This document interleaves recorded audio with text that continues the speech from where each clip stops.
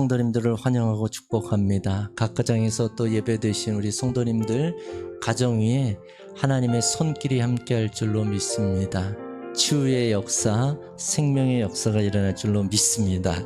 우리 이 시간 찬송가 309장 목마른 내용을 힘차게 박수치며 찬양 드리시겠습니다.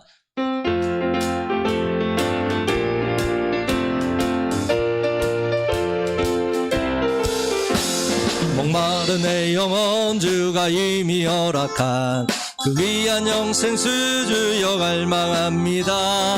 그 약속 따라서 힘써 간구하오니 오 주여 내 기도 어서 들어주소서. 예수의 사랑 예수의 사랑 바다 물결같이 내게 임하니 영광의 물결에 온전히 쌓여서 내 영혼의 기쁨 한량 없도다. 주 내게 약속한 금비 내려주시려 은혜의 저 구름 건너편에 떠올라 그 위한 징조가 내게 밝히 보이니 나 힘을 다하여 주께 간구합니다. 예수의 사랑 예수의 사랑 바다 물결같이 내게 임하니 영광의 물결에 온전히 쌓여서 내 영혼의 기쁨 한량 없도다. 은혜의 소낙비 지금 흡족히 내려 구원의 큰 강물을 흘러차고 넘쳐서 내 추한 모든 죄 모두 씻어버리니 나 지금 은혜를 충만하게 받았네. 예수의 사랑 예수의 사랑 바다 물결같이 내게 임하니 영광의 물결에 온전히 쌓여서 내 영혼의 기쁨. 예수의 사랑 예수의 사랑 예수의 사랑 바다 물결같이 내게 임하니 영광의 물결에 온전히 쌓여서 내 영혼의 기쁨 한량 없도다. 그 차고 넘치는 주의 은혜의 물결 힘차게 밀려와 내게 만족합니다. 오 할렐루야로 주를 찬송하오니 내 마음의 기쁨이 항상 충만합니다. 예수의 사랑 예수의 사랑 바다 물결같이 내게 임하니 영광의 물결에 온전히 쌓여서 내 영혼의 기쁨. 1절입니다. 목마른 내 영혼 주가 이미 허락한 그 위한 영생수 주여 갈망합니다. 그 약속 따라서 힘써 간구하오니 오 주여 내 기도 어서 들어주소서.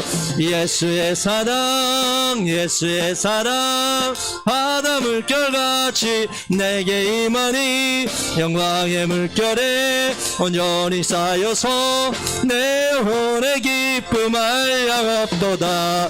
주 내게 약속한 금비 내려주시려 은혜의 저 구름 건너편에 떠올라 그 위한 징조가 내게 밝히 보이니 나 힘을 다하여 주께 간구하. 아멘. 예수의 사랑 예수의 사랑 바다 물결같이 내게 임하니 영광의 물결에 온전히 쌓여서 내 영혼의 기쁨. 예수의 은혜 예수의 은혜 예수의 은혜 바다 물결같이 내게 임하니 영광의 물결에 온전히 쌓여서 내 영혼의 기쁨. 3절입니다. 은혜의 소낙비 지금 흡족히 내려 구원의 큰 강물을 넣차고 넘쳐서 내 추한 모든 죄 모두 씻어버리니 나 지금 은혜를 충만하게 받았네. 예수의 사랑 예수의 사랑 바다 물결같이 내게 임하니 영광의 물결에 온전히 쌓여서 내 영혼의 기쁨 한량없도다. 그 차고 넘치는 주의 은혜의 물결 힘차게 밀려와 내게 만족합니다. 오 할렐루야로 주를 찬송하오니 내 맘의 기쁨이 항상 충만함이라.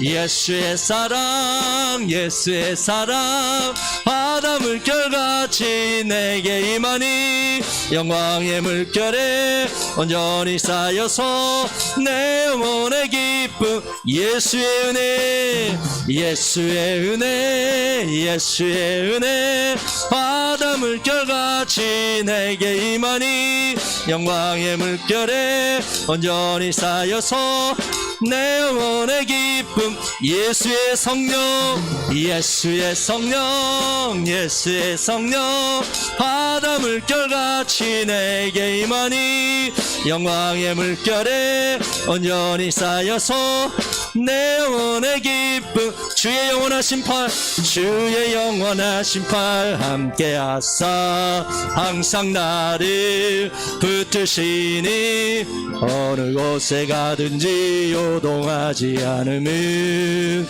주의 팔을 의지함이 주의 영원하신 팔 주의 영원하신 팔 함께하사 항상 나를 붙드시니 어느 곳에 가든지 요동하지 않음은 주의 팔을 우리 간절한 마음으로 주의 영원하신 팔 주의 영원하신 팔 함께하사 아멘 항상 나를 붙드시니 어느 곳에 가든지 요동하지 않음은 주의 팔을 의지하 마지막으로 한 번 더요 주의 영원하신 팔 함께하사 항상 나를 붙드시니 어느 곳에 가든지 요동하지 않음은 주의 팔을 의지함이라. 주의 영원하신 팔 함께하사 항상 나를 붙드시니 어느 곳에 가든지 요동하지 않음은 주의 팔을 의지함이 주의 영원하신 팔 주의 영원하신 팔 함께하사 항상 나를 붙드시니 어느 곳에 가든지 요동하지 않음은 주의 팔을 의지해 우리 오른손 높이 드시면서 주의 영원하신 팔 주의 영원하신 팔 함께하사 항상 나를 붙드시니 어느 곳에 가든지 요동하지 않음은 주의 팔을 의지하 우리 양손 높이 드시면서 마지막으로 찬양합니다.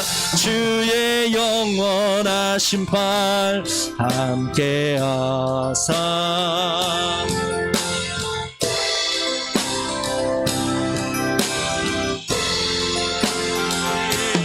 어느 곳에 가든지 요동하지 않음은 주의 팔을 의지함이라. 기도드리겠습니다. 그렇습니다. 주님의 신실하심은 어제나 오늘이나 동일하신 줄 믿습니다. 우리는 늘 주님을 배반하고 떠나고 우리의 믿음이 약해질지라도 우리를 버리거나 떠나지 아니하시는 주님의 언약의 말씀과 그 신실하심이 있기에 우리는 다시 주님 앞에 나올 수 있습니다. 주님, 우리를 붙잡아 주시옵소서. 우리를 새롭게 하여 주시옵소서. 주님의 사랑과 은혜와 성령으로 채워주셔서 목마른 내 영혼 주의 은혜로 채워지게 하시고 그 말씀으로 채워지게 해달라고, 나를 새롭게 하여 주시고 뜨겁게 해달라고 우리 주님 앞에 이 시간같이 기도드리겠습니다. 하나님, 참으로 인도하여 주시고 이끌어 주시옵소서. 아버지, 주님의 영원하신 팔이 우리를 붙잡고 있습니다. 주님의 영원하신 능력과 은혜가 우리를 붙잡고 있사오니 아버지, 우리를 세워주시옵소서. 우리를 회복시켜 주시옵소서. 우리의 마음을 뜨겁게 하여 주시옵소서. 우리의 안전한 만석은 오직 예수 그리스도. 우리의 영원한 의지할 처소는 오직 하나님의 집과 그 영원하신 팔이 오니 아버지, 우리 한 사람 한 사람 붙잡아 주셔서 주님 앞에 바로 서게 하여 주시옵소서. 영광이 하나님, 능력이 하나님, 은혜의 하나님을 찬양합니다. 그 말할 수 없는 은혜를 찬양합니다. 그 말할 수 없는 사랑을 찬양합니다. 그 측량할 수 없는 은혜를 찬양합니다. 그 측량할 수 없는 주님의 놀라우신 사랑을 찬양합니다. 아버지, 이 시간 임재하여 주셔서 우리 한 사람 한 사람을 회복하여 주시고 치유하여 주시옵소서. 아버지, 우리 모두를 새롭게 해 주시옵소서. 은혜가 충만할 수 있도록 인도하여 주시옵소서. 하나님, 우리와 인도하여 주시옵소서. 하나님, 인도하여 주시옵소서. 하나님, 감사합니다. 주님의 사랑과 은혜와 말씀으로 채워주시고 충만케 하여 주셔서 우리를 변화시켜 주시고 우리를 회복케 하여 주시고 뜨겁게 하여 주시옵소서. 간절히 원하며 예수님의 이름으로 기도드립니다. 아멘. 아멘.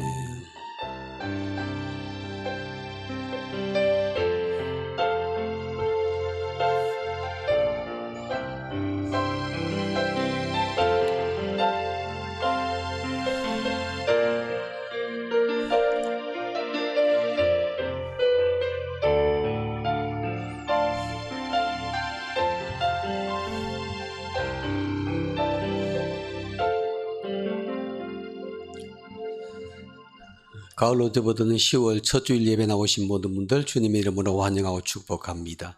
특별히 이번 주일날은 우리 추석 연휴를 보내고 있는 중인데 추석 연휴 마지막 날입니다. 각 가정에서 예배 드리시는 모든 분들, 또 우리가 오래간만에 만난 우리 가족들, 또 친지들하고 함께 예배 드릴 분도 계실 줄 알고 있는데 우리 옆에 분들과 함께 인사 나눌 때 또 가족들을 쳐다보시면서 인사하시고, 또 혼자 예배 드리신 분은 자기 자신에게 인사하시면 되겠습니다. 하나님의 이름으로 축복합니다. 하나님의 이름으로 축복합니다. 예, 서로서로 인사하시면서 또 오늘 예배가 하나님의 은혜를 풍성하게 누리고 이 예배가 또 각 가정에 하나님의 축복을 불러올 수 있는 통로가 되어지기를 간절히 소망합니다. 교회 소식 먼저 몇 가지 전해드리겠습니다. 이제 오늘까지 우리가 온라인 영상 예배를 드리고요, 실시간 유튜브로 드리고 있습니다. 다음 주일부터는 우리가 성전에 모여서 예배를 드리도록 그렇게 하겠습니다.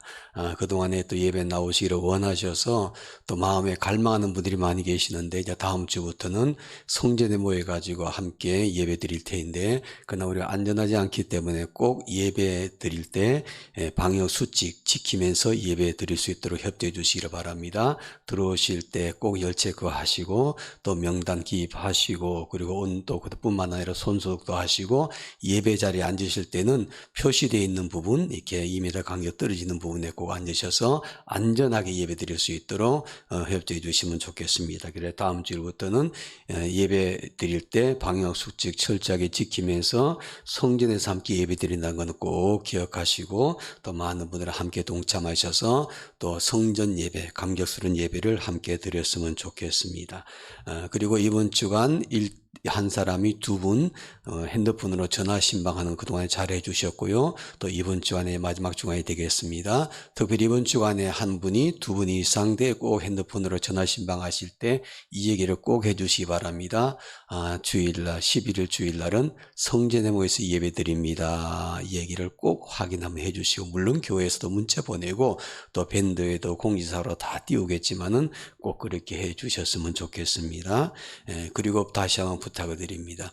11일 날 주일 때 오실 때 혹시나 아침에 일어나셨을 때 몸에 조금 이상이 있다라고 생각되시면 그 이상은 코로나19 증상입니다. 그 정도 증상이 있으신 분은 집에서 예배를 드리시되 또 온라인 실시간 예배를 드리시면 되겠고요. 또 건강하신 분 나오셔서 함께 안전하게 교회와 본인 스스로가 건강히 예배 드릴 수 있으면 좋겠습니다. 이번 주일날 꼭 전화 한 사람, 두 사람 전화하셔서 안내해 주시면 좋겠습니다. 또 생수전도를 위해서도 꾸준하게 기도 많이 해주시기를 바라고요.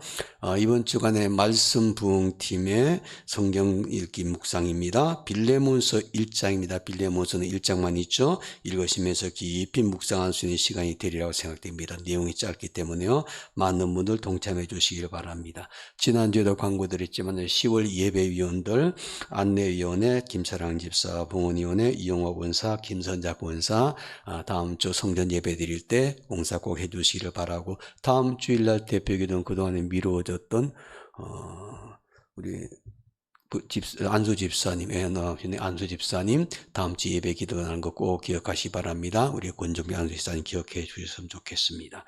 그 다음에 환우들을 위해서 기도 많이 해주시기를 바랍니다. 또 몸이 약하신 분들, 또 치료받고 계신 분들, 특별히 우리 이동호 집사님 항암 치료받고 있는데 오늘 아침에 예배 전에 교회 오셔서 또 기도하시고 그리고 또 안수기도 받고 돌아가셨는데 올해 또 앉아서 있을 수가 없어서 또 교회 잠깐 나와서 예배드리고 또 자기 몸에 근황도 좀 전해드리고 가셨습니다. 2차 항암 치료 마쳤다 그럽니다. 이제 3차까지 가야 되니까 마지막 한 번 남았습니다. 건강을 위해서 기도 꼭 해주시기를 부탁을 드립니다. 이 시간에 다 함께 일어나셔서 우리 오늘 주신 말씀 하나님 말씀 함께 보겠습니다. 각가정 계신 분들 영상으로 예배드린 분들 다 함께 일어나셔서 사무엘하 6장 11절에서부터 15절까지의 말씀입니다. 구약성경 472쪽에 있는 말씀입니다. 472쪽에 있는 말씀이 영상으로 나가고 있죠. 한번 우리 함께 합독하도록 하겠습니다. 11절부터 보겠습니다. 시작. 여호와의 궤가 가드 사람 오벳 에돔의 집에 석 달을 있었는데 여호와께서 오벳 에돔과 그의 온 집에 복을 주시니라. 어떤 사람이 다윗 왕에게 아뢰어 이르되 여호와께서 하나님의 궤로 말미암아 오벳 에돔의 집과 그의 모든 소유에 복을 주셨다 한지라. 다윗이 가서 하나님의 궤를 기쁨으로 메고 오벳 에돔의 집에서 다윗성으로 올라갈새 여호와의 궤를 맨 사람들이 6걸음을 가매 다윗이 소와 살진 송아지로 제사를 드리고 다윗이 여호와 앞에서 힘을 다하여 춤을 추는데 그때 다윗이 배 에봇을 입었더라. 다윗과 온 이스라엘 족속이 즐거이 환호하며 나팔을 불고 여호와의 궤를 메어 오니라. 아멘. 자리에 앉으시기를 바랍니다. 미국 뉴욕대의 알버슨이라는 사회학 교수가 있는데 이분이 이런 얘기를 합니다. 우리가 살고 있는 이 시대에 세 종류의 사람을 요구하고 있다는 것입니다. 즉 우리가 살고 있는 이 현대 사회에 세 종류의 사람이 필요해서 꼭 찾고 있다는 것입니다. 첫 번째는 가정에서 필요한 사람, 가정을 행복하게 만들기 위해서 가정에 꼭 필요한 사람을 찾고 있고, 둘째는 직장과 일터에서 꼭 필요한 사람을 찾고 있다고 말했습니다. 그 다음에 세 번째는 사회에서 꼭 필요한 사람을 이 시대에 찾고 있다, 그렇게 말합니다. 이 세 종류의 필요한 사람들을 하나로 압축하게 되면은 우리가 속해 있는 공동체에 꼭 필요한 사람이라 그렇게 말할 수가 있습니다.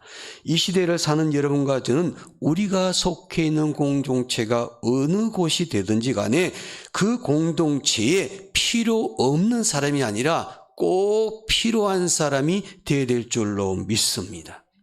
그러면 어떤 사람이 그 공동체에 필요한 사람일까요? 공동체에 속해 있는 사람들을 보면은 공동체에 좋은 영향을 끼치는 사람이 있는가 하면은 나쁜 영향을 끼치는 사람이 있죠. 이 두 종류의 사람이 있는데 공동체에 필요한 사람은 당연히 공동체에 좋은 영향을 끼치는 사람, 선한 영향을 끼치는 사람을 찾고 있다는 것입니다. 여러분, 저와 여러분 모두가 함께 우리의 삶의 공동체인 가정과 직장과 일터와 교회와 이 사회에서 나쁜 영향을 끼치는 사람이 아니라 좋은 영향, 선한 영향을 끼침으로 말미암아 그 공동체가 꼭 필요로 한 사람들이 되어야 될 줄로 믿습니다. 자, 그리스도인으로서 우리가 속해 있는 공동체에 좋은 영향을 주는 것 가운데 가장 중요한 것이 무엇일까? 우리 그리스도인들에게는요, 그 공동체 안에서 축복의 존재가 되어주는 것입니다. 내가 그 공동체 안에 속해 있음으로 말미암아 내가 속해 있는 공동체가 하나님의 축복을 누리는 공동체가 되는 것입니다. 내가 우리의 가정에 존재함으로 말미암아 우리의 모든 가정이 하나님의 축복을 받고 내가 일하는 직장과 일터와 사업장에 내가 그곳에 존재함으로 말미암아 그 사업장과 일터와 직장이 하나님의 축복을 누릴 수가 있고 내가 있었고 있는 공동체의 어느 곳이 되든지 간에 그곳에서 하나님의 축복의 통로 역할을 잘 감당한 사람이 될 때 오늘 저와 여러분들은 우리가 속해 있는 공동체에서 꼭 필요한 존재가 될 것입니다. 여러분과 저도 우리가 속해 있는 공동체인 가정과 직장과 이 교회 안에서 하나님의 축복을 가져다주는 그런 축복의 통로로 쓰임받을 수 있는 하나님의 사람들이 다 되시기를 주님의 이름으로 축복합니다. 오늘 본문 말씀에도 보니까 하나님의 축복을 받았던 가정, 하나님의 축복을 받은 민족이 나타납니다. 본문 말씀에 사무엘하 6장 말씀인데 다윗이 왕이 되고 난 후에 하나님의 언약궤를 다윗성으로 모셔오는 내용을 담고 있는 내용입니다. 이스라엘 백성들에게 하나님 언약궤는요, 하나님 임재를 상징하는 매우 중요한 것이었죠. 그 언약궤를 사울 왕 때 블레셋 사람들에게 안타깝게도 빼앗기고 말았습니다. 그러나 다윗이 왕이 되고 난 다음에 그 하나님의 언약궤를 다시 찾아오게 되죠.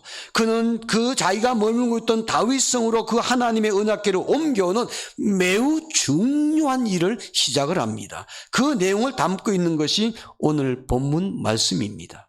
그런데 그 하나님의 언약궤가 다윗으로 오기 약 석 달 동안 오벳 에돔이라는 사람의 집에 머물게 되죠.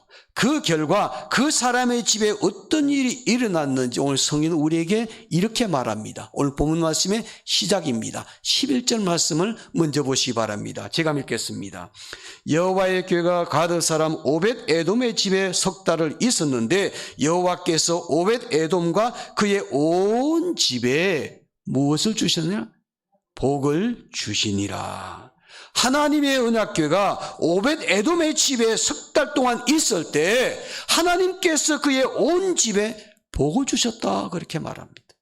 온 집에 복을 주셨다는 것은 그의 가족과 가축과 모든 소산물에 풍성한 하나님의 축복이 임했다는 뜻입니다. 성경에 보니까 오벳 에돔의 자손들이 보면요, 훗날 예루살렘 성문에 문지기가 됩니다. 아주 문지기가 돼서 크게 활약한 후손이 되게 됩니다. 하나님께서 오벳 에돔의 집에 복을 주신 그 결과라는 것이죠.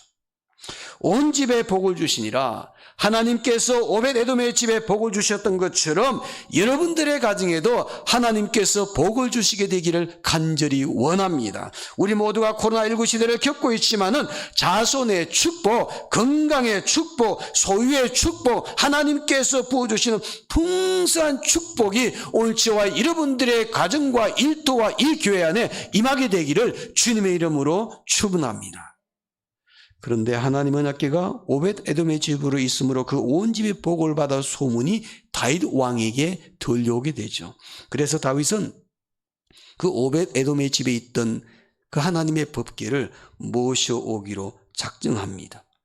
다윗이 하나님의 언약궤를 옮겨왔을 때 그에게 어떤 결과가 나왔을까? 다윗이 하나님의 언약궤를 다윗으로 모셔오고 난 이후에 어떤 축복이 그에게 임하게 되었을까? 그 내용을 보여주고 있는 것이 사무엘하 7장 1절 말씀입니다. 한번 보시기 바랍니다. 제가 읽겠습니다. 여호와께서 주위의 모든 원수를 무찌르사 왕으로 궁에 평안히 살게 하신 때에, 그렇게 말합니다.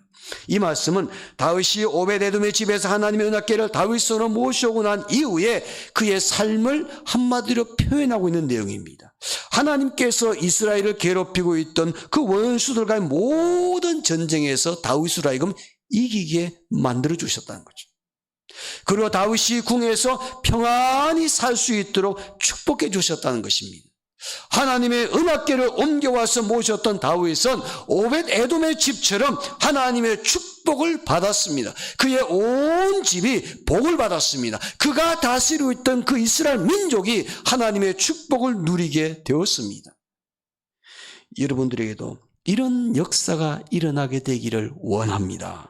하나님께서 나를 통해서 우리의 집에 복을 주시는 역사, 하나님께서 나를 통해서 나의 직장과 모든 사업장에 복을 주시는 역사, 하나님께서 나를 통해서 우리가 속해 있는 교회 안에 복을 주시는 역사, 이런 역사가 일어나게 되기를 주님의 이름으로 축원합니다. 그러면 나를 통해서 온 집에 복 받는 역사가 일어나려면 어떤 사람이 되어야 될까? 오늘 본문을 통해서 세 가지를 우리에게 교훈해 주고 있습니다. 첫째로요, 온 집이 복을 받도록 만든 사람이 되기 위해서는 우리가 실패를 경험했을지라도 포기하지 않고 도전하는 사람이 되셔야 된다는 겁니다. 실패를 두려워하지 말고 도전하는 사람, 바로 이런 사람이 그 공동체 안에서 하나님의 축복을 가져다 주는 존재로 살 수가 있더라는 것입니다. 본문 9절 말씀 볼까요? 9절 말씀 제가 한번 읽겠습니다. 다윗이 그날에 여호와를 두려워하여 이르되 여호와의 교회가 어찌 내게로 오리오 하고, 그리고 오늘 본문의 말씀으로 들어갑니다. 12절 말씀은 우리가 다 함께 읽겠습니다. 12절 말씀입니다. 어떤 사람이 다윗 왕에게 아뢰어 이르되 여호와께서 하나님의 궤로 말미암아 오벳에돔의 집과 그의 모든 소유에 복을 주셨다 한지라 다윗이 가서 하나님의 궤를 기쁨으로 메고 오벳에돔의 집에서 다윗성으로 올라갈세, 그렇게 말합니다. 다윗이 그날에 여호와를 두려워했다, 그런 말씀이 나오죠.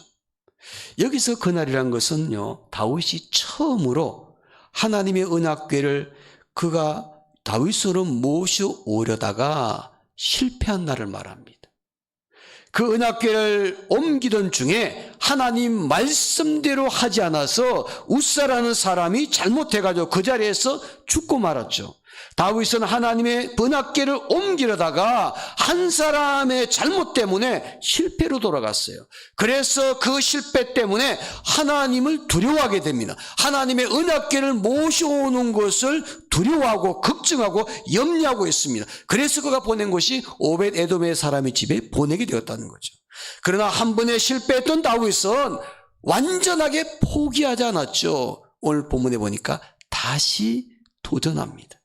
하나님의 언약궤를 다시 다윗성으로 옮겨옵니다. 그래서 그는 오벳에돔의 집처럼 하나님의 축복을 누리는 사람이 되었습니다. 만약에 다윗이요 한 번 실패했을 때 하나님 말씀대로 행하지 않아서 실패했던 그 현장에서 벗어나지 못하고 그 패배의식에서 뛰어넘지 못하고 그 자리에 머물러 있었다면은 하나님의 언약궤를 모셔오지 못했을 것이고, 그는 하나님의 축복을 누리는 가정, 하나님의 축복을 누리는 국가를 세울 수가 없었을 것입니다.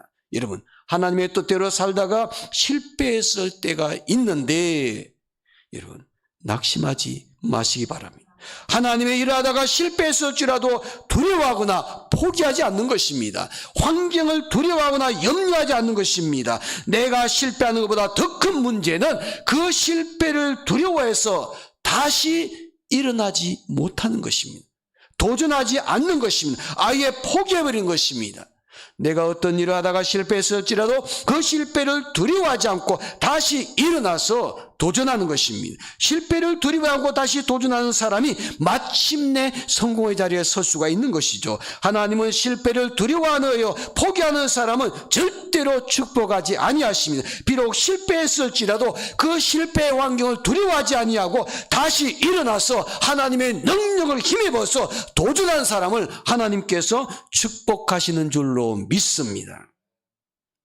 스위스 지리히에서 25세 때 토지를 구입해가지고 노이호우라는 이상적인 농촌을 꿈꾸면서 경영을 시작했는데 그 경영에서 실패했습니다. 그리고 3년 후에 28세 때 그곳에 빈민학교를 설립하고 돈이 없는 사람들을 모아서 교육을 받아서 그 일을 시키면 인간의 교양을 가르치고자 노력을 했지만은 역시 그 학교도 재정 때문에 얼마 가지 못하고 문을 닫고 말았습니다. 또 프랑스 혁명 여파로 스위스에 새 공화국이 들어섰을 때 이를 반대해서 스탄츠 지방의 내란에서 그 지방에서 약 400명의 헤아리는 고아가 생기게 되니까 그 고아들을 구제할 목적으로 그 고아들을 80명 모아가지고 교육을 시작을 했는데 이 역시 반년도 채우지 못하고 실패하고 문을 닫았습니다.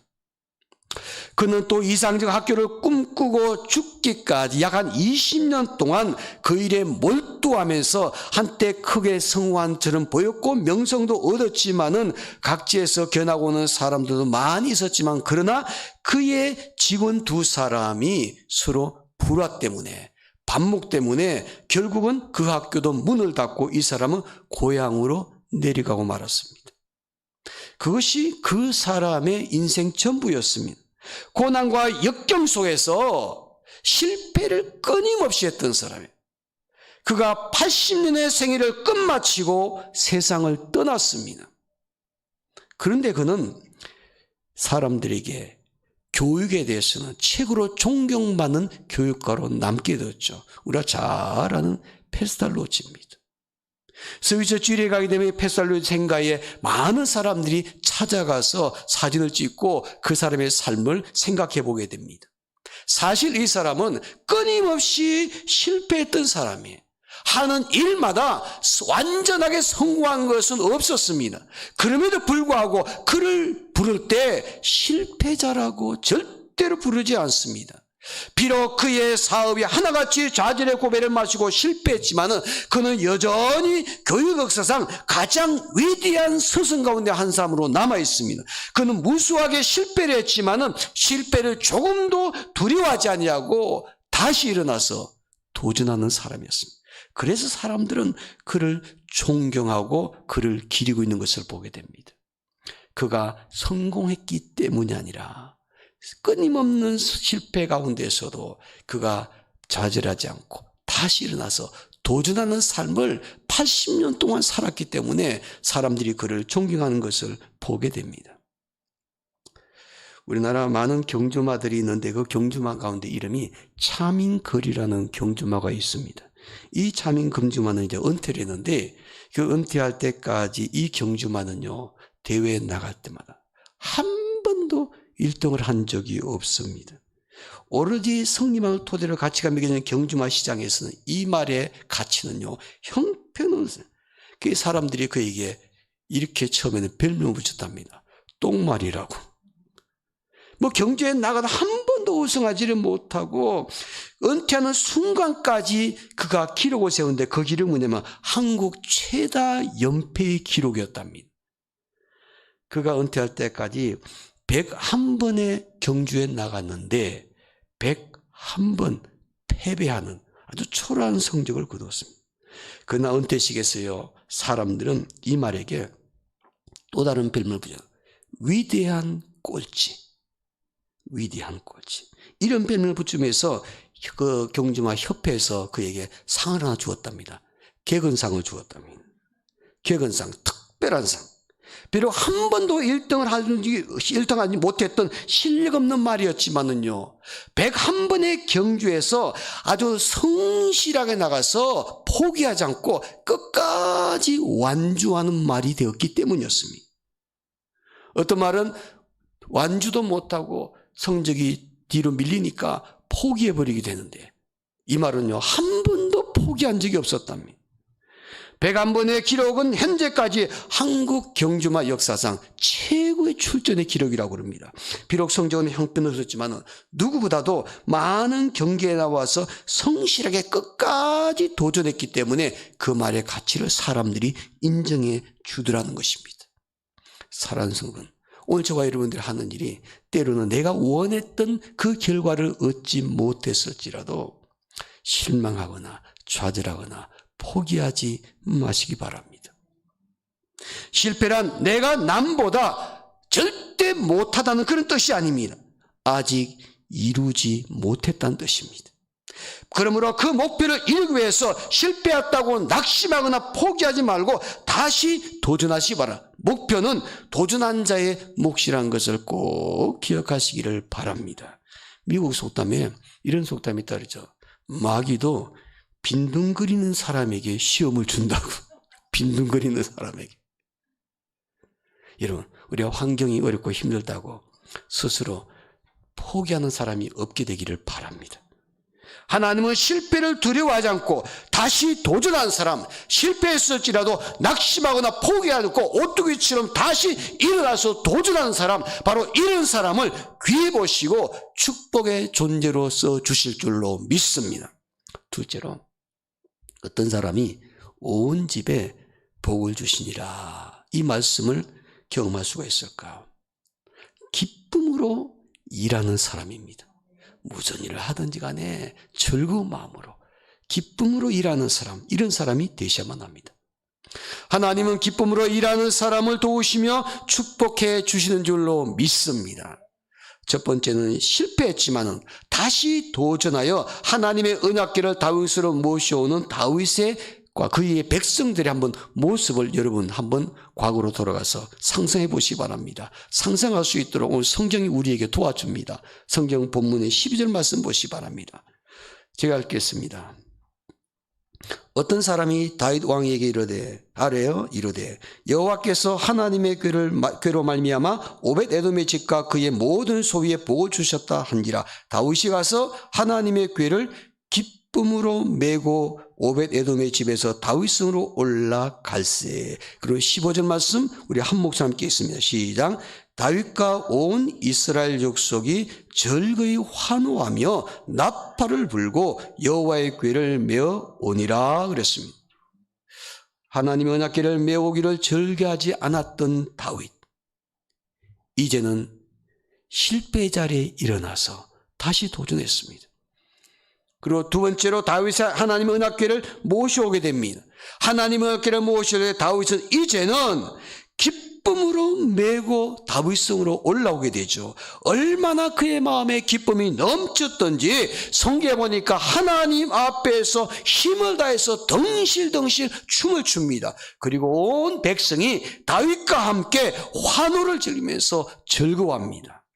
비록 첫 번째는 실패했지만요, 낙심하지 않고 다시 일어나서 하나님의 언약궤를 옮겨올 때는 다윗과 온 백성이 어떤 모습이었습니까? 다 함께 기뻐하고 즐거워하고 환호성을 올리겁니다. 기쁨으로 그 일을 감당하는 것을 보게 되죠. 그래서 마침내 그 일을 성공적으로 마치고 온 집에 온 나라에 하나님의 축복이 임하게 한 것을 볼 수 있지 않습니까? 우리가 무슨 일을 하든지 간에 기쁨으로 일하는 성도들이 되기를 원합니다. 항상 기뻐하라. 쉬지 말고 기도하라. 범사에 감사하라. 이는 그리스도 예수 안에서 너희를 향하신 하나님의 뜻이라고 말씀하고 있지 않습니까? 우리가 무엇을 하더라도 항상 기뻐하는 것이 하나님의 뜻인 줄로 믿기 때문에 우리가 하는 모든 일 기쁨과 즐거움으로 감당할 수 있는 성도들이 되어야 될 줄로 믿습니다. 주의를 할 때도 당연히 억지로 하는 것이 아니라 기쁜 마음으로 즐거운 마음으로 해야 될 것이고요. 또 직장과 일터에서도 뭐 세상 일이라 그렇게 생각하지만 하나님의 이름으로 기쁜 마음으로 즐거운 마음으로 불평하지 말고 그 일을 감당하는 사람이 되시기를 바랍니다. 우리의 가정 안에서도 항상 기쁨이 넘쳐서 무슨 일을 하더라도 그 일을 행하게 될 때 하나님께서는 그 사람을 통해서 축복의 역사를 경험하게 만들어 주실 줄로 믿습니다. 성경담으로 많이 읽혔던 고전 기독교 서적이 철로 역정이라는 게 있지 않습니까?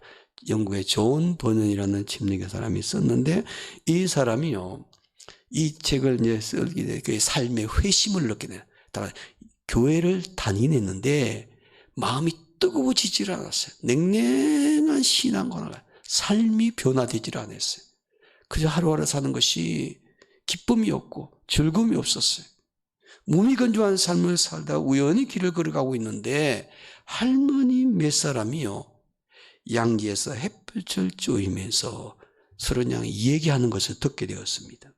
근데 할머니들이요, 연세가 많으신데도 그 양지에 딱 앉아가지고 아주 기쁨이 가득 찬 얼굴로 그동안에 하나님께서 베풀어 주셨던 은혜에 대해서 서로 얘기를 나누고 있는 것을 보게 되었습니다. 그분들이 인생을 살아오면서 하나님께 주신 그 은혜가 얼마나 컸던지 그 고백을 하는 사람 모두가 함께 그 얼굴에는요, 기쁨이 충만해 있는 모습을 보게 되었습니다. 존 버넌이 그 순간 그의 마음이 막 뜨거워졌습니다. 그가 그 자리에서 엎드려서 얼굴을 땅에 대고 회개하면서 기도했답니다. 그리고 그가 새 사람으로 삶을 살게 됐다.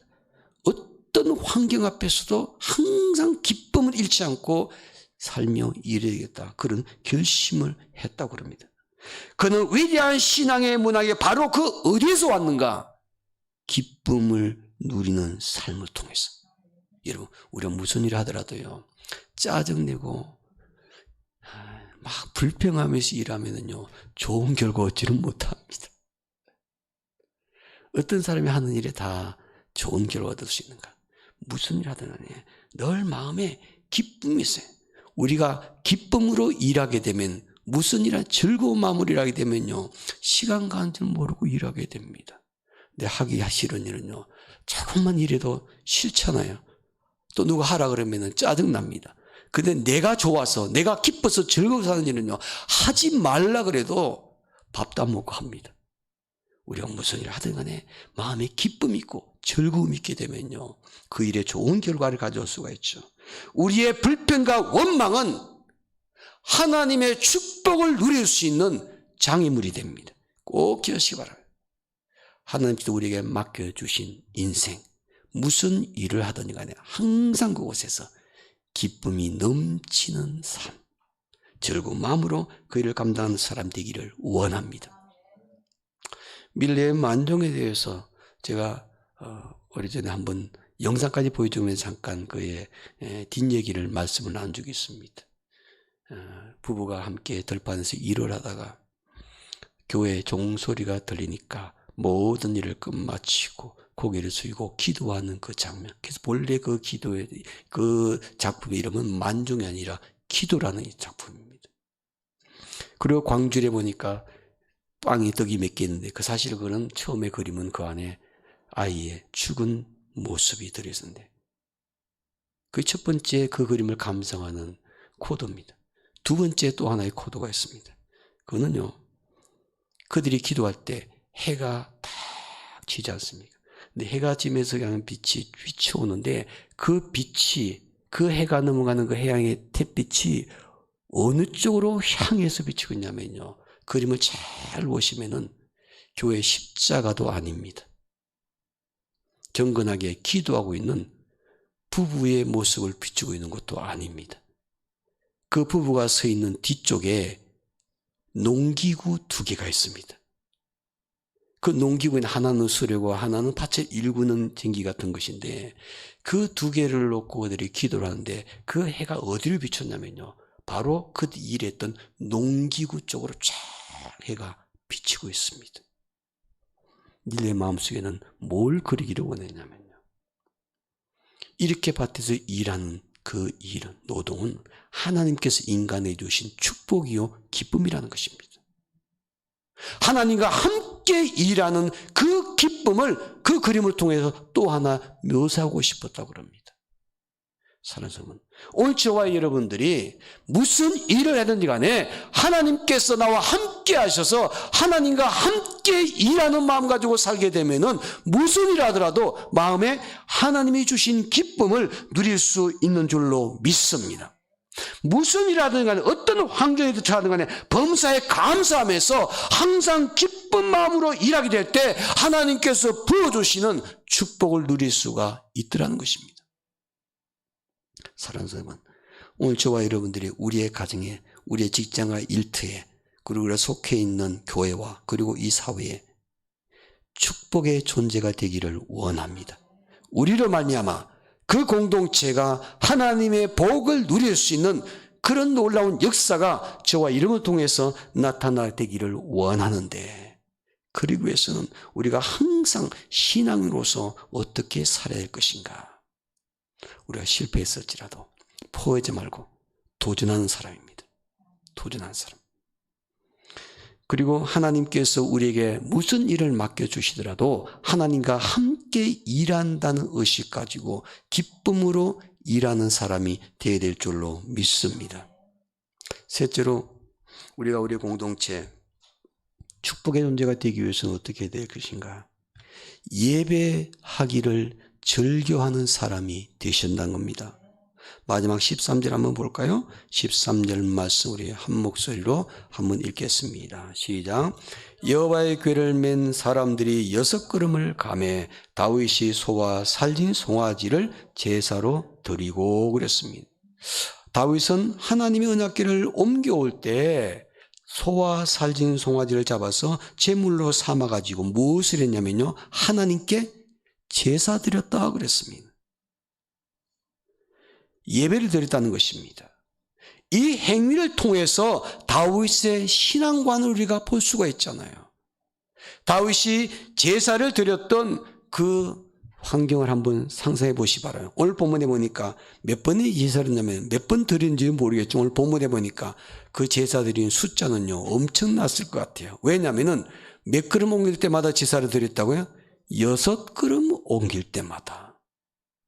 다윗이 하나님 언약궤를 모시고 올 때 하나님께 예배를 드리는데, 제사를 드리는데, 출발할 때 제사를 드리고 다윗성에 도착할 때 감사해서 제사를 드려도 다윗의 신앙이 참 대단할 텐데, 오늘 본문에 보니까 출발부터 도착할 때까지 6걸음 옮길 때마다 제사를 드렸다 그랬습니다.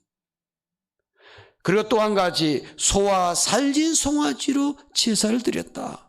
그 제물은요 가장 좋은 제물로 하나님께 제사를 드렸다는 것입니다.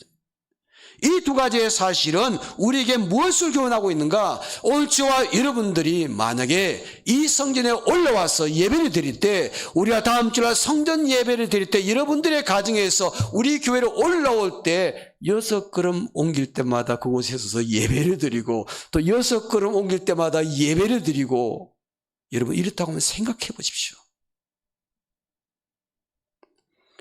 오늘 다윗이 이런 모습을 보였던 것, 그는 예배를 갖다가 매우 중요하게 했다는 거죠.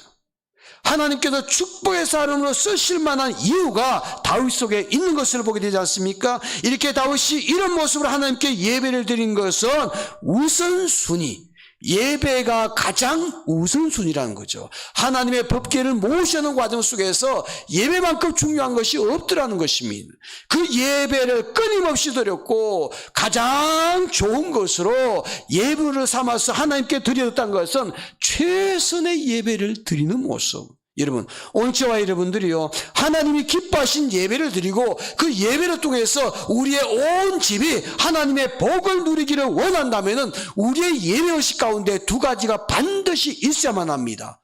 우선순위의 예배, 예배가 가장 우선순위가 되어야 된다는 것, 그리고 두 번째는 최선의 예배를 드리는 것입니다. 가장 좋은 예배, 하나님께서 가장 기뻐하신 예배, 이런 예배를 드릴 수 있는 사람, 무슨 일에 가든 간에 예배를 우선순위로 담고 하나님께 최선의 예배를 드리는 사람, 바로 이런 사람 하나님께서 온 집에 복을 허락해 주실 줄로 믿습니다. 우리 예배를 기쁘게 받으신 하나님은 바로 이런 사람에게 은혜를 베푸시고 축복해 주실 줄로 믿습니다. 우리가 그동안 2달 동안 영상으로 실시간 예배를 드렸습니다. 교회 오지 못하고 각 가정에서 예배를 드렸죠. 저희 가족들이 지난 추석 때 전화 통화하면서 그런 얘기했어요. 교회가 많이 어렵죠. 그래서 제가 그랬습니다. 교인들 얼굴 본 지가 2달 됐다고. 여러분, 이게 무슨 일입니까? 목사가 교인들 얼굴 본 지가 2달이 됐으니 얼굴 직접 본 지가 말이죠. 우리는 어려운 환경 가운데서도 모든 성도들이 포기하지 않고 차선의 방법으로 예배를 드렸습니다.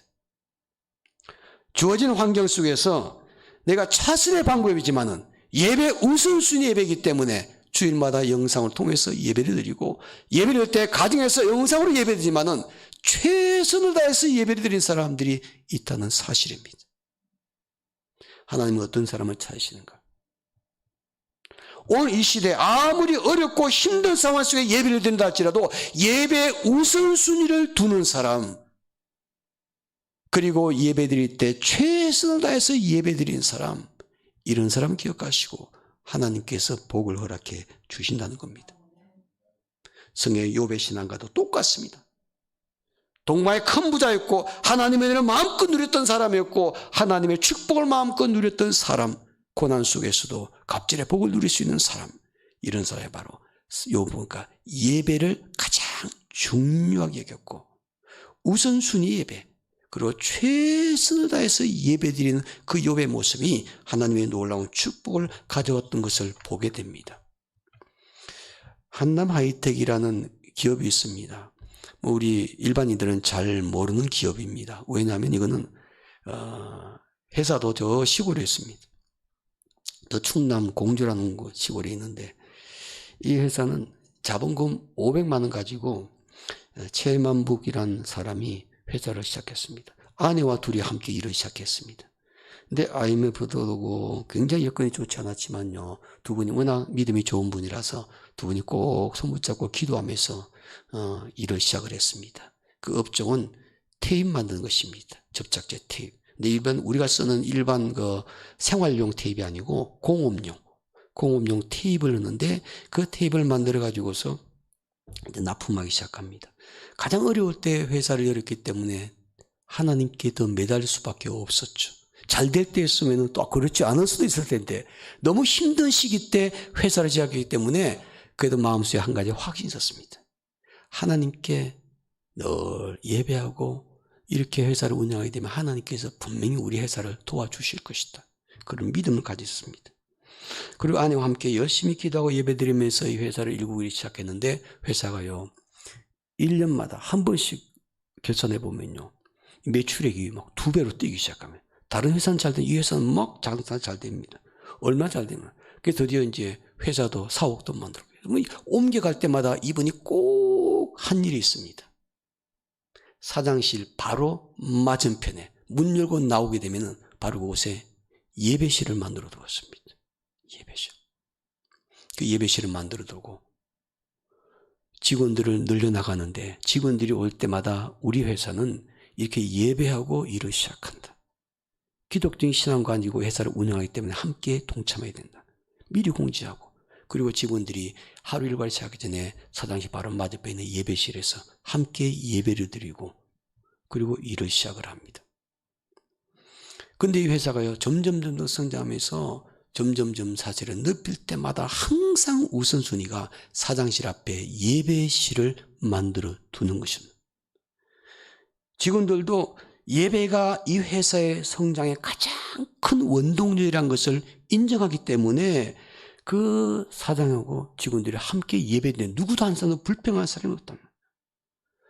이 업계에서 가장 시장을 넓게 점유하고 있던 게 너무나 유명한 국제기업이죠. 3M이라는 이 회사가 공업용 테이프에 거의 독점하다시피 했었다 그럽니다.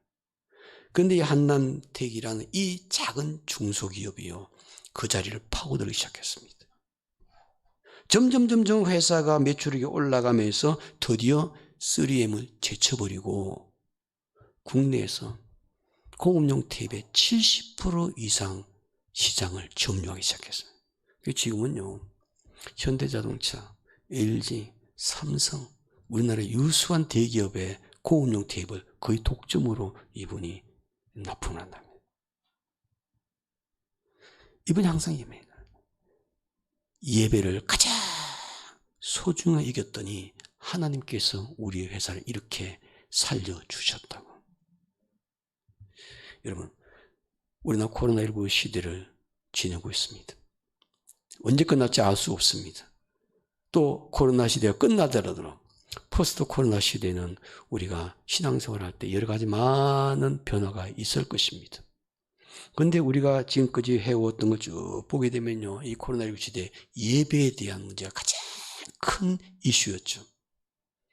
예배에 대한 신앙인들의 두 종류의 사람이 나뉘어지게 되는 것 같아요. 제가 금년에 지방회장으로서 우리 지방의 목사님들 만나, 임원들 만나 회의하면서 얘기할 때마다 그 얘기를 들어보면요, 다른 교회도 똑같더라고요. 코로나19 시대 예배하기가 너무너무 어렵고 힘든 시기지만은 이때 예배에 대한 두 종류의 교인으로 나뉘어지게 되더라고요. 첫 번째는 예배의 생활과 점점 멀어져 가는 사람이 있더라고요. 성전에 모여서 예배 드리지 않으니까 영상으로 예배 드리고, 그러다 보니까 사람들이 자꾸 시간이 흘러가면 흘러갈수록 예배와 점점 멀어져 가는 교인들이 있더라고요. 두 번째 부류의 사람은 오히려 예배를 사모하는 사람이 있더라고요. 예배 드리기가 힘드니까, 성전에 모이기가 힘드니까 어떻게 해서라도 예배에 대한 사모하는 마음, 예배에 대한 갈망하는 마음, 그리고 예배 시간을 기다려주는 사람, 이런 성도들이 있더라는 거죠. 우리 태명교회 모든 성도들은 저는 1번, 2번이 되기를 소망합니다. 이 어려운 예배 시대를 지나면서 우리의 예배 생활이 점점 예배와 멀어지는 사람이 아니라 예배와 점점 더 가까워지고 예배를 사모하게 되고 성전에 모여서 예배하는 것을 하나님의 은혜로 생각하고 하나님께 최선을 다해서 예배드릴 수 있는 그런 성도들이 되게 될 때 오히려 이 코로나19 시대가 우리에게 신앙에 더 큰 유익이 될 줄로 믿습니다. 전 바라기는 우리 세명교회 성도들이 이런 환경을 통해서 더욱더 예배를 사모하는 성도들이 되기를 간절히 원합니다. 그래서 말씀대로 우리의 온 집이 하나님의 복을 누릴 수 있는 그런 태면의 각 가정들이 되기를 주의 이름으로 축원합니다. 기도하겠습니다. 하나님 고맙고 감사합니다. 우리가 우리에 속해 있는 공동체 안에서 선한 영향력을 끼치는 그런 사람이 되기를 원하는데, 무엇보다도 우리의 삶의 공짜에 믿음으로 사는 사람에게 하나님의 축복을 옮겨줄 수 있는 그런 축복의 존재가 되기를 간절히 원합니다. 내가 가정에 존재함으로 말미암아, 내가 일터와 직장 속에 존재함으로 말미암아, 내가 이 사회의 공동체에 존재함으로 말미암아 그 공동체가, 온 집이, 온 회사가, 온 교회가, 온 사회가 복을 받는 그런 놀라운 역사가 임할 수 있도록 도와주시옵소서. 늘 그런 사람으로 귀하게 쓰임받기 위해서 하나님, 다윗처럼 때로는 환경이 두려워지고 실패에 대한 두려움이 있지만 그러나 포기하지 않고 도전하는 사람 되기를 원합니다. 실패 두려워하지 않고 도전하는 사람 되게 하여 주옵소서. 그리고 하나님, 우리가 무슨 일을 하든지 간에 기쁨과 즐거움으로 일하는 사람 되기를 원합니다. 하나님께서 우리에게 맡겨주신 일이기에 가정 안에서도 그렇고 이 직장과 일터 안에서도 그렇고 또 교회 안에서도 무슨 일을 하다가 항상 기쁨으로 일할 수 있는 그런 사람 되어서 공동체를 더욱더 복되게 만들어 주시옵소서. 뿐만 아니라 하나님, 우리가 예배를 드릴 때 예배 우선순위 두는 사람 되기를 원합니다. 그리고 최선을 다하는 예배를 드린 사람 되기를 원합니다. 코로나19 시대를 거치면서 우리가 하나님께 예배하는 것과 환경 때문에 점점 멀어지는 사람이 아니라 오히려 예배를 사모하며 예배를 갈망하며 하나님을 아름답게 예배할 수 있는 그런 사람 되어서 우리를 통해 우리의 온 집이 하나님의 복을 아름답게 누릴 수 있는 복된 가정 될 수 있도록 도와주시옵소서. 감사하고 예수님의 이름으로 간절히 기도하옵나이다. 아멘.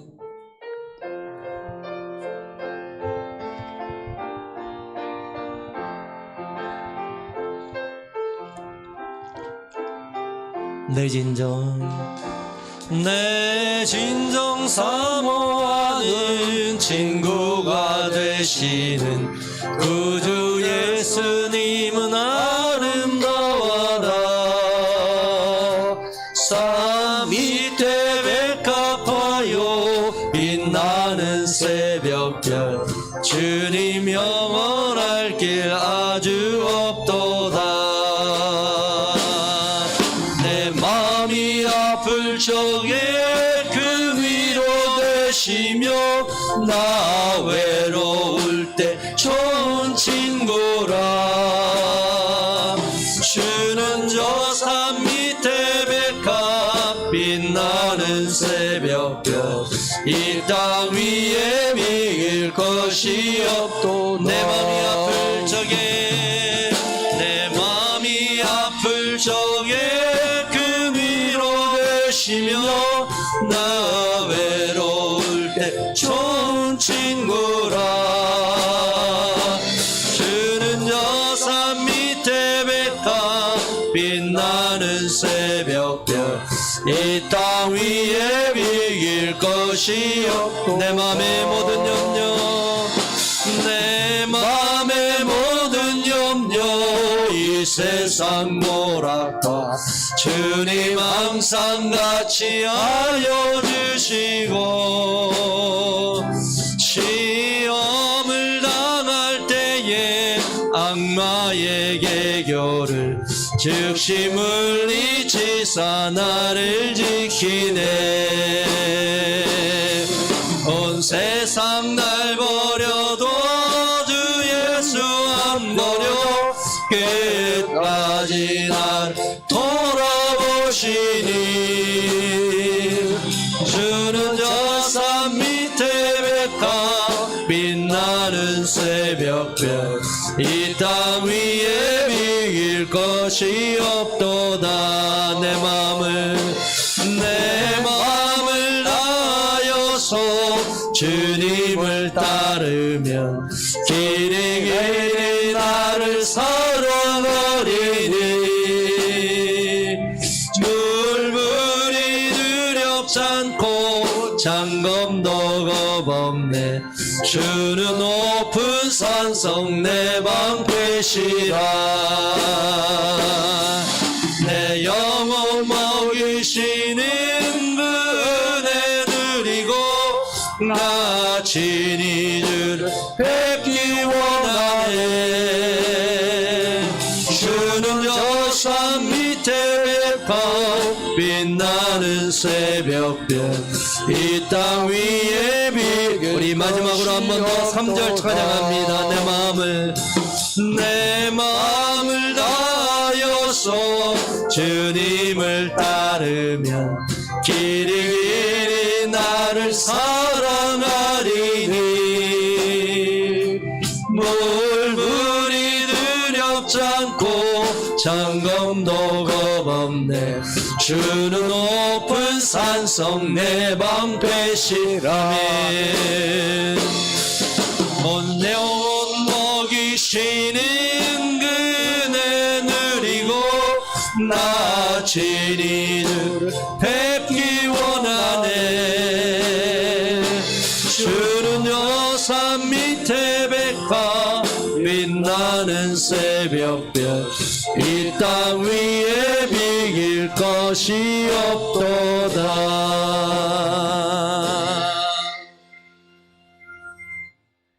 예물드린 손길들이 있습니다. 또 주중에 교회 오셔서 또 미리 헌금해 주신 분 있고 또 예배 전에 헌금해 주신 분이 있습니다.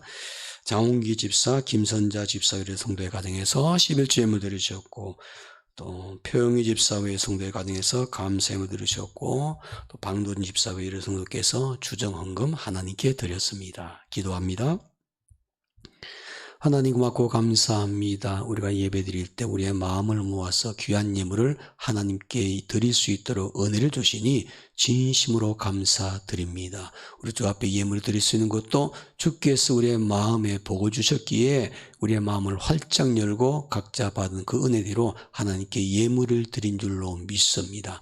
특별히 예물을 드린 손길에 하나님께서 복을 내리시되 준비된 믿음의 그릇대로 차고 넘치도록 복을 허락하여 주셔서 그 물질의 복을 누릴 때 그 물질의 축복의 근원이 하나님께 있음을 고백하면서 하나님께 영광 돌릴 수 있는 믿음이 성숙한 사람들이 될 수 있도록 은혜 허락하여 주시옵소서.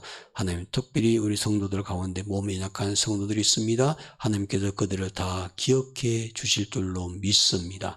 더욱더 영육간에 강건해지기도 하시고 육적으로도 강건해지게 뿐만 아니라 영적으로도 건강한 모습으로 주님 앞에 믿음 생활 잘해서 하나님께 칭찬받을 수 있는 사람들 이해하시고 우리의 삶의 공동체 하나님의 축복을 가져주는 존재로 귀하게 쓰임받을 수 있도록 인도하여 주시옵소서.